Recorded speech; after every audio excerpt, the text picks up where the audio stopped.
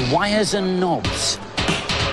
Namroods. Hello, if you're still having trouble with your Christmas list, later on, Bad Influence will be presenting the Firstness Guide to 12 Days of Christmas, including these amazing laser guns. Fighter 2 boxer shorts. Oh, hello there. Our main review this week is the great-looking new racing game for the 3DO, The Need for Speed. Andy takes part in an experiment to find out what he might have looked like as a Viking warrior. And stay tuned for the first ever Donkey Kong Country cheat, courtesy of Rood. It's a packed show today, and there's more. The term Super Console is a relatively new one, but this is a Super Console that's been around for ages. It's called the Neo Geo, and it lets you play arcade games in your home. There are a couple of problems, though. First of all, it's never been officially available in this country, so you have to get it as an expensive grey import. And secondly, new games cost as much as £200 each. The reason for that, if I can just take it out, is that they come on these huge carts which have got mountains of expensive chips inside them. But now there is a new Neo Geo, and we've got it in the studio. There were two main differences between this and the old one. First of all, that mountain of expensive chips have been put inside the console. And secondly, the games come on CDs, and so cost around £40. The machine also comes with this funky, rounded controller, which has been specially designed to make special moves easier to pull off in fighting games.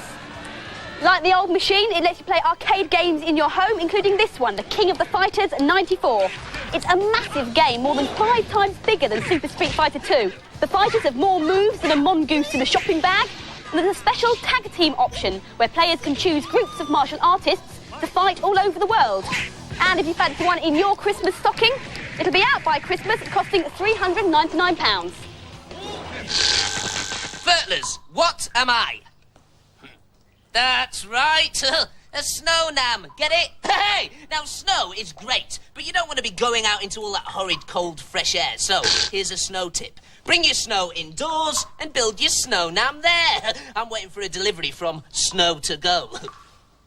Oh, well, while we're waiting, here's a great cheat for the brand new Donkey Kong Country on the SNES.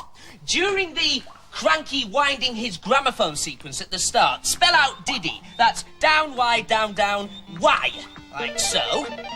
And the cheat will give you special access to a very special room where Kong can play any of the animal bonus games as many times as he likes. Just watch this. Oh, look at that rhino go! Aha! My snow! Oh.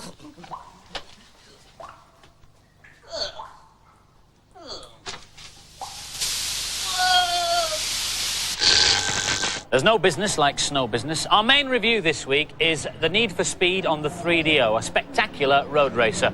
Brought to you by the same people who invented Road Rash. It has a similar feel, but with one big difference. You've only got one opponent to race against, although there are other cars on the road. There are 8 cars to choose from, including this Porsche. They all handle like the real thing, and they sound amazingly realistic. But how does it play? Here's Saul. It's more of a car driving sim than an arcade action game. The attention to detail is exceptional, but it's not quite as much fun as Road Rash. There are 3 tracks in the game, each divided into 3 sections. This is the Alpine track, which has some amazing scenery. I'm driving the Ferrari here, which is quite hard to control at first. Although there are other cars on the road, there's only one opponent in this game. This yellow car's my opponent, and I'm just overtaking him now. You can pick your opponent's car as well as your own, so you can make things easier or harder for yourself. I'm on form today, so I think I'll give him a Diablo. The best thing about this game are the spectacular crashes, which you can watch over and over again from any angle in all their destructive glory.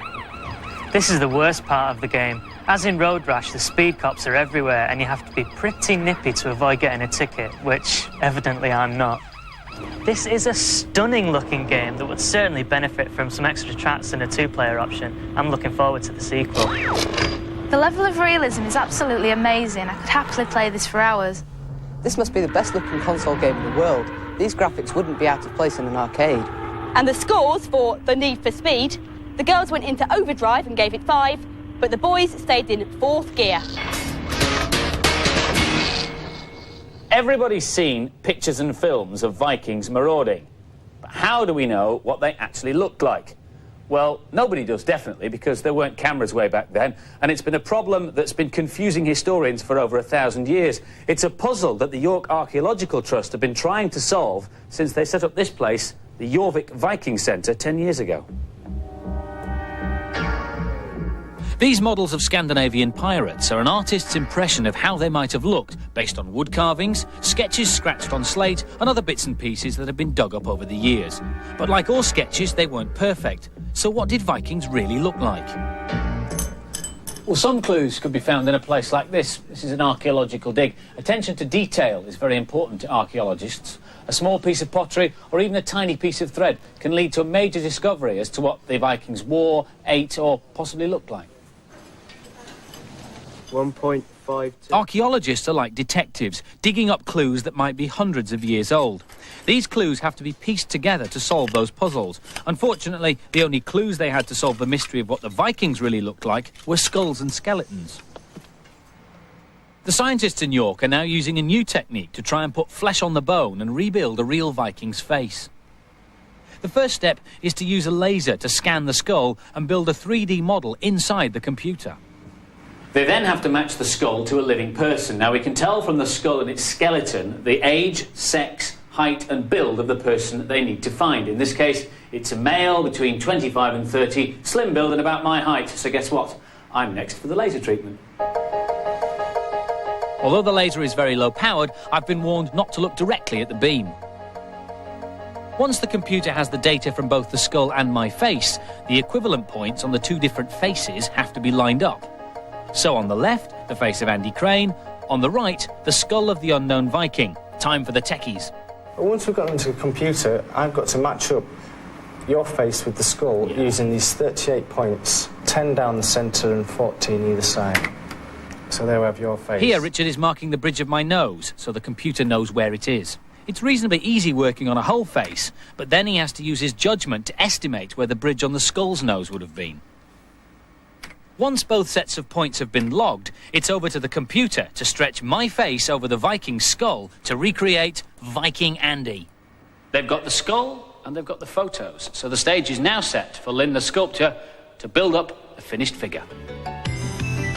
Lynn uses the photographs and the skull to sculpt a face which will hopefully look like a Viking who lived in York over 1,000 years ago. So at last, we can discover what those Scandinavian pirates really looked like. So until scientists come up with a time machine, technology like this is the only way that you and I in the 20th century can journey back and join Vikings like this guy in the 10th. Isn't that right, Eamond? And they can use the computer information to drive a milling machine which produces a Viking head like this one they've done of me. 1,000-year-old Andy. Can you tell the difference? Well, yeah, the one on the right's better looking. Thanks, Violet. Now for this week's news and previews. Move over, Sonic, a new Mega Drive megastar is shooting your way. This little chap's called Ristar. He's cool, he's fast, and he's got his very own platform game due out next year on Mega Drive and Game Gear. The French programming team that brought you Alone in the Dark have got a new graphic adventure game on the way. Little Big Adventure is the story of a world called Twin Sun, which has been taken over by an evil tyrant called, get this, Dr. Funfrock. You play the hero, Twin Sen, and your quest is to set the oppressed people free. Lush graphics and the promise of compelling gameplay make this one to look out for. Everyone likes a beat-em-up, and Amiga owners will really love this one. It's called Shadow Fighter. It's one of the few beat-em-ups to be developed specifically for computer formats as opposed to consoles. Once you've defeated all challengers, you get to compete against the mighty Shadow Fighter. There's a training level where you get to bash up a puppet opponent. Out next week on Amiga with CD32 versions early next year.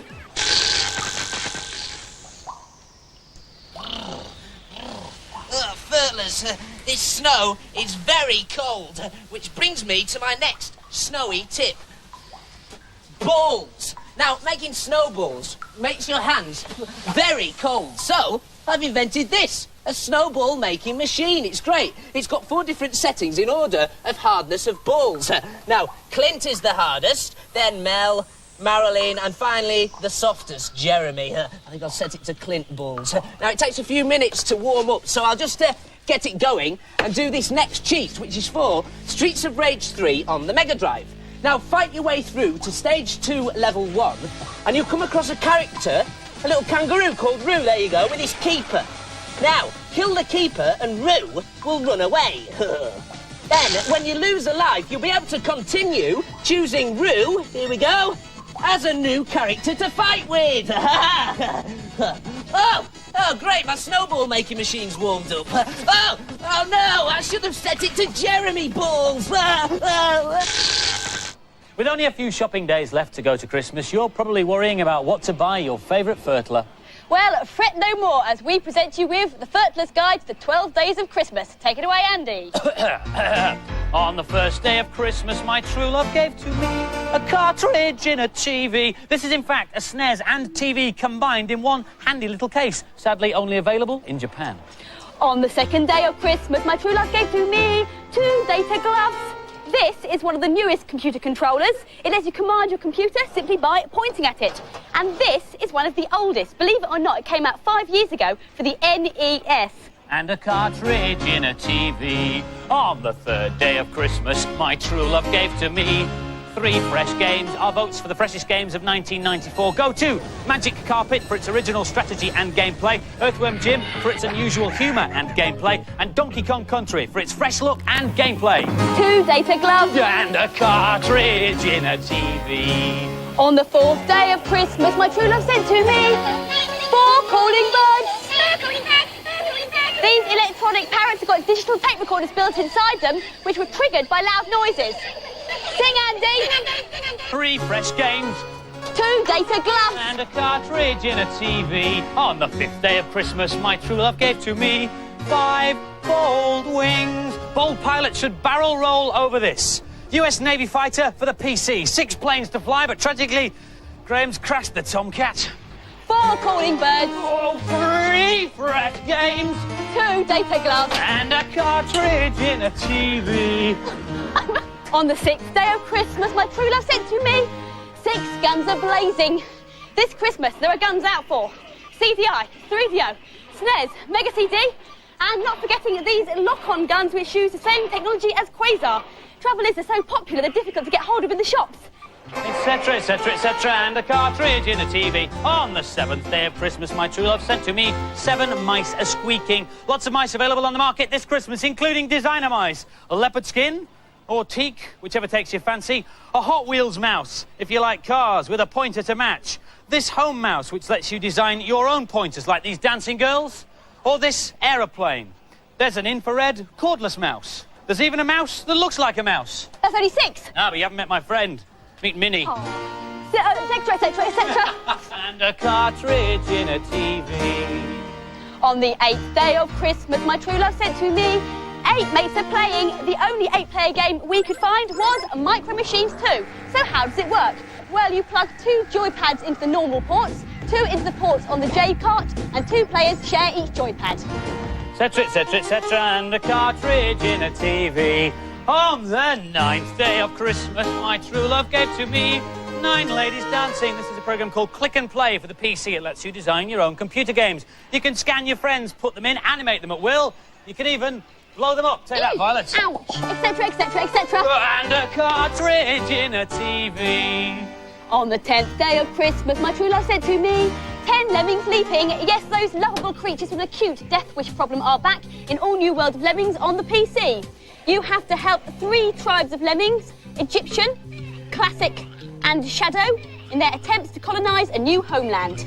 Etc, etc, etc, and a cartridge in a TV. On the 11th day of Christmas, my true love gave to me 11 nerds are fertiling. If the sad techie in your life thinks they have everything, give them some glasses like this, guaranteed to amaze the ice and break your friends at parties. All you need now, sir, is a life. I thank you all. Etc, etc, etc. And a cartridge in a TV.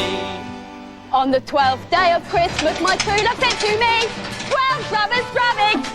This is a bit unusual, the miracle keyboard that plugs into a PC or a console. I've got rhythm, who can ask for anything more? OK, guys, 2, 3. On the 12th day of Christmas, my true love said to me 12 drummers drumming. 11 nerds are fertling. 10 lemmings leaping. 9 ladies dancing. 8 mates are playing. 7 mouses squeaking. 6 guns are blazing. 5 bold wings. 4 calling birds. 3 fresh games. 2 data gloves. And a cartridge in a TV.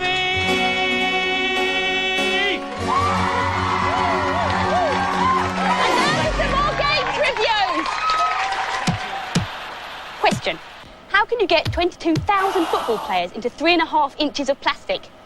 Well, I've no idea, but the programmers of Sensible World of Soccer seem to have managed it. And every professional football team in the universe is in here. Phew, I bet it's smelly. Here's Harry. Sensible Soccer is the king of the computer football games, and it just got better. There's tons more options, improved animation, and a whole new managerial section. This game has got much more depth than the original. The choice of tactics has been extended, and there are new formations. I'm playing a 3-4-3, which gives me extra attacking options. The main feature which makes it different from the first Sensible Soccer is this section. If you're not happy with the team as it stands, you've got the option as a manager to buy new and better players from around the globe. This game will keep you occupied for the 12 days of Christmas, and probably 12 months after that. I can't bother with all the managerial stuff, but I love playing the games. Passing's really easy once you get the hang of it. This gives me eye strain. I don't see the appeal of the Sensible games. The sprites are far too small. Sensible World of Soccer scores 4s from the boys and the girls. Another sporting fixture now. This is NBA Jam on the Game Boy. As with the 16-bit versions, all the NBA teams are represented, and every one of the tiny players has his own abilities. Isn't technology wonderful? Here's Sally. I was pretty sceptical about the idea of a basketball game on a Game Boy, but this proved me wrong. It's fast, fun, and surprisingly detailed. In fact, there's just a bit too much detail for a small screen to cope with. There's so much going on, and the action's so fast that you can't play for very long without getting seriously sore eyes. As a fan of NBA Jam on the SNES, I really miss all the brilliant sound effects of the 16-bit version. It's a pity that there's no two-player link-up option, but it's still the best basketball game ever to appear on a Game Boy. It's an impressive conversion. I can't see how the Game Boy can possibly do better than this. Forget everything you've ever thought about handheld sports sims. This is speedy and surprisingly playable. And the miniature NBA Jam gets a funky 4 from the boys and the girls. Burr, burr, burr, burr, burr, burr, burr. Furtlers, when you're playing with indoor snow, you'll have to turn your central heating up to compensate for the extra cold. Oh, phew. That's better. And now the bit that I've been looking forward to. In a moment, I'll be showing you how you can enjoy indoor sledging and how to build your very own high-tech super sledge like mine. It's even got a built-in TV to watch while you're waiting for snow and a turbo thruster for going uphill. Phew. But first, my last cheat, which is for Ren and Stimpy on the SNES. On the Vidiot screen, just press LRA, LRL, BR and X, and you can choose levels simply by pressing Select. And here we have level 4. Great! Hey! And now, Furtlers, indoor sledging. This is going to be great.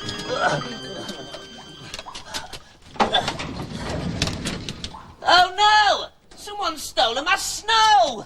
But here's a clue. The floor's all wet. It must have been stolen by a wet person. Last week's competition prize was a Mega Drive with 32X and a game. We asked you, what is the name of the style of painting in this picture? The answer is pointillism. The lucky winner is Luke Fisher from Tiptree in Essex. Well done. 10 runners up get Bad Influence Better Than Sleek t-shirts. This week's prize is a Wayne's multimedia PC with click and play. The competition question is, what's the actual date of the 12th day of Christmas? If you think you know, give us a call with your answer on 0891 114477. Make a note of our new number, 0891 114477. Call will cost you no more than 25p. Lines will stay open till midnight on Monday, and as ever, get permission from whoever pays the bill before you dial, because you can't win if you don't ask permission, and we always check. Next week, we'll be having a Christmas special in which we'll be looking at all the hardware for next year, including the PlayStation, the Saturn and the Ultra 64. We'll leave you now with a clip from one of the first games for the Ultra 64, Killer Instinct. See you next week. See ya. Bye-bye.